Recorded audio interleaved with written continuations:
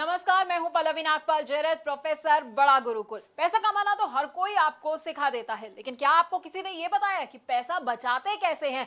जानते हैं मैं ये बात क्यों कह रही हूं? क्योंकि ये कहा जाता है कि एक एक बचाया हुआ रुपया कमाए हुए एक एक रुपए के बराबर होता है। इसलिए पैसे कमाने के साथ साथ ये बहुत जरूरी है कि पैसे को बचाया कैसे जाए। इसलिए तो हम आपको बताएंगे कि कैसे आप पैसे बचा सकते हैं और उसे निवेश कर सकते हैं। अब कभी किसी के घर पे शादी होती है, कभी उसे घर भी खरीदना होता है, तो ऐसे में ना आपको समझ नहीं आता होगा कि भाई मैं पैसा कहां से निकालूं। तो घबराए नहीं, क्योंकि हम आपको ये भी बताएंगे कि किस लक्ष्य के लिए आप कैसे पैसा बचा सकते हैं। तो आपके लिए कहां निवेश करना सही होगा, इन टिप्स के साथ हमने आपके लिए बहुत ही खास कोर्स बनाया है। इसमें हम आपको बताएंगे कि आखिरकार गोल बेस्ड फाइनेंशियल प्लानिंग क्या होती है। अब आप सोचेंगे कि भाई सेविंग और इन्वेस्टमेंट तो मैं करता ही रहता हूं, लेकिन आपको पता है सेविंग और इन्वेस्टमेंट में ना बड़ा अंतर होता है। तो ये अंतर क्या होता है ये भी हम आपको बताएंगे।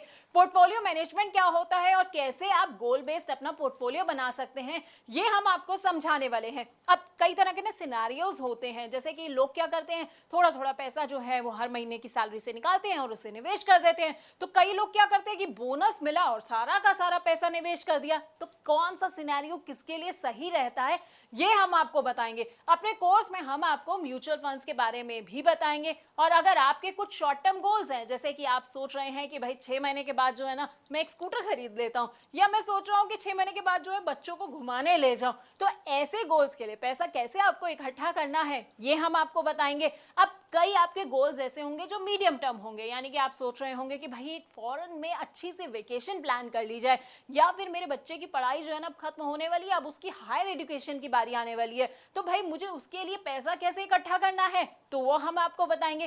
कौन कौन से म्यूचुअल फंड्स जो आप ऐसे में चुन सकते हैं, हाइब्रिड फंड्स ले सकते हैं, बैलेंस एडवांटेज फंड ले सकते हैं। लेकिन अब आप ये सोच रहे होंगे भाई ये सारे फंड्स कौन से होते हैं, तो हम आपको ना इन तमाम फंड्स के बारे में बड़े अच्छे से बताने वाले हैं। उसके अलावा हमारी जिंदगी का जो सबसे बड़ा और सबसे लंबा गोल होता है ना, रिटायरमेंट प्लानिंग का, वो आप कैसे कर सकते हैं। म्यूचुअल फंड्स के जरिए अपनी रिटायरमेंट प्लानिंग आप कैसे कर सकते हैं, कौन कौन से फंड्स आप चुन सकते हैं, ब्लू चिप फंड कौन से होते हैं, मिड कैप फंड कौन से होते हैं, या स्मॉल कैप फंड्स जो हैं वो आपके लिए कैसे फायदेमंद हो सकते हैं, तो हम आपको बताएंगे। इसके अलावा ना निवेश के बड़े सारे और भी इंस्ट्रूमेंट्स होते हैं। अब जैसे पीपीएफ होता है, नाम तो सुना होगा आपने, एनपीएस होता है, एलआईसी के प्लान्स के बारे में तो हर कोई जानता है, और इक्विटी और डेट इंस्ट्रूमेंट्स के बारे में तो हर कोई जो है वो पूरा अच्छे से समझता आया है। लेकिन इनमें से आपके लिए कौन सा प्लान सही रहेगा ये शायद आप नहीं जानते होंगे। तो हम आपको ना अपने इस कोर्स में इन तमाम प्लान्स के बारे में अच्छे से जानकारी भी देने वाले हैं। और अगर आप रिटायर हो चुके हैं और आप सोच रहे हैं कि भाई मुझे तो बड़ा सारा रिटायरमेंट के बाद जो है ना पैसा मिल गया है,